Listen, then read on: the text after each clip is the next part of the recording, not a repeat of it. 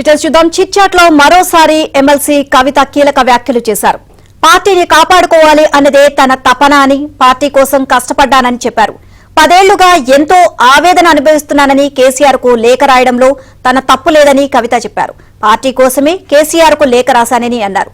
లేఖను బయటపెట్టింది ఎవరో చెప్పాలని కవిత డిమాండ్ చేశారు. తనకంటూ సొంత ఎజెండా లేవని, కేసీఆర్ తప్ప మరో నాయకత్వాన్ని ఒప్పుకోను అని కవిత కుండబద్దలు కొట్టారు.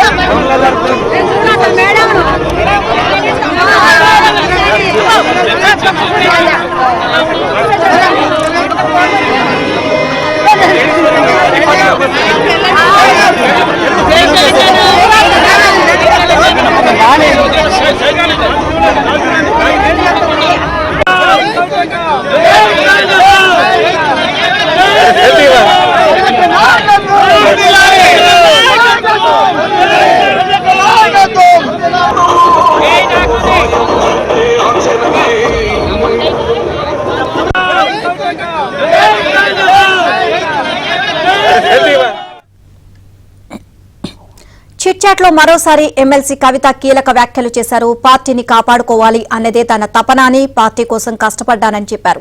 10 ఏళ్లుగా ఎంతో ఆవేదన అనుభవిస్తున్నాను అని, కేసీఆర్ కు లేఖ రాయడంలో తన తప్పు లేదు అని కవిత చెప్పారు. పార్టీ కోసమే కేసీఆర్ కు లేఖ రాశానని అన్నారు.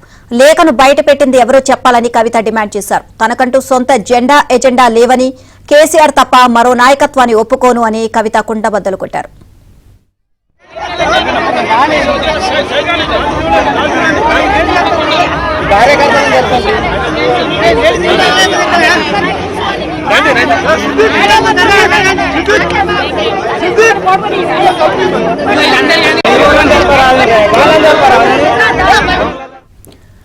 చిట్చాట్ లో మరోసారి ఎమ్మెల్సీ కవిత కీలక వ్యాఖ్యలు చేశారు. పార్టీని కాపాడుకోవాలనేదే తన తపన అని, పార్టీ కోసం కష్టపడ్డానని చెప్పారు. 10 ఏళ్లుగా ఎంతో ఆవేదన అనుభవిస్తున్నానని, కేసీఆర్ కు లేఖ రాయడంలో తన తప్పు లేదని కవిత చెప్పారు.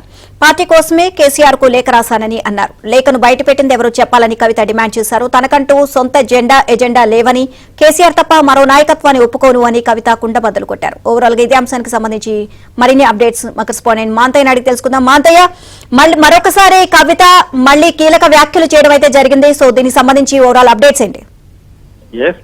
కవిత చిట్చాట్ చేస్తూ మరోసారి సంచలన వ్యాఖ్యలే ప్రస్తావించారు. ముఖ్యంగా ఏదైతే లేఖకు సంబంధించి తన పార్టీ బావు కోసం లేఖ రాస్తే దాన్ని పథకం ప్రకారం లీక్ చేశారు. అదేవిధంగా 10 ఏళ్లుగా కూడా తను అనేక మనోవేదన అనుభవిస్తున్నాను పార్టీలో అంటూ చెప్తారు. దీంతో పార్టీకి ఆమె గ్యాప్ ఎప్పటి నుంచో ఉందన్న విషయం మరోసారి ఆమె చిట్చాట్ లో స్పష్టమైంది. ముఖ్యంగా పార్టీలో ప్రాధాన్యతతో పాటు ఇతర అంశాల్లో తను లేఖల ద్వారా అనేక సార్లు కూడా అధినేత దృష్టి తీసుకెళ్లాను, కలిసి చెప్పాను. అయినా కూడా ఎప్పుడు కూడా ఈ విధంగా జరగలేదు. అమెరికాలో ఉన్న సందర్భంలో ఒక పథకం ప్రకారం జరిగింది. ఇదంతా ఒక ప్లాన్ గా జరుగుతా ఉంది, తనను బయటకు పంపించేందుకన్న విధంగా మాట్లాడడం జరిగింది. మరి కాసేపట్లో మీడియాతో కూడా మాట్లాడబోతా ఉన్నారు. మరి ఈ అంశాలు ప్రస్తావిస్తారా, మరి ఆ అంశాలను చెప్తారన్నది కూడా ఆసక్తికరంగా మారింది. ఏదైతే గత 2-3 రోజుల నుంచి కూడా కవిత చేస్తున్న వ్యాఖ్యలకు బలం చేకూరుతూ మరోసారి కూడా చెప్పింది, తన లేఖ కట్టుబడి ఉన్నాను.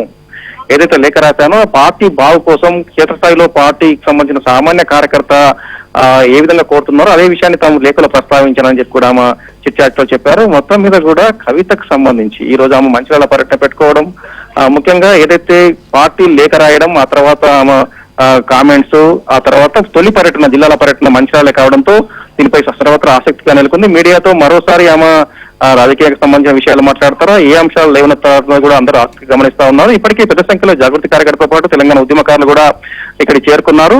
మరి కాసేపట్లో కొద్ది నిమిషాల్లోనే కవిత మీడియాతో మాట్లాడే అవకాశం ఉంది. Neelima, thank you Manthaiah.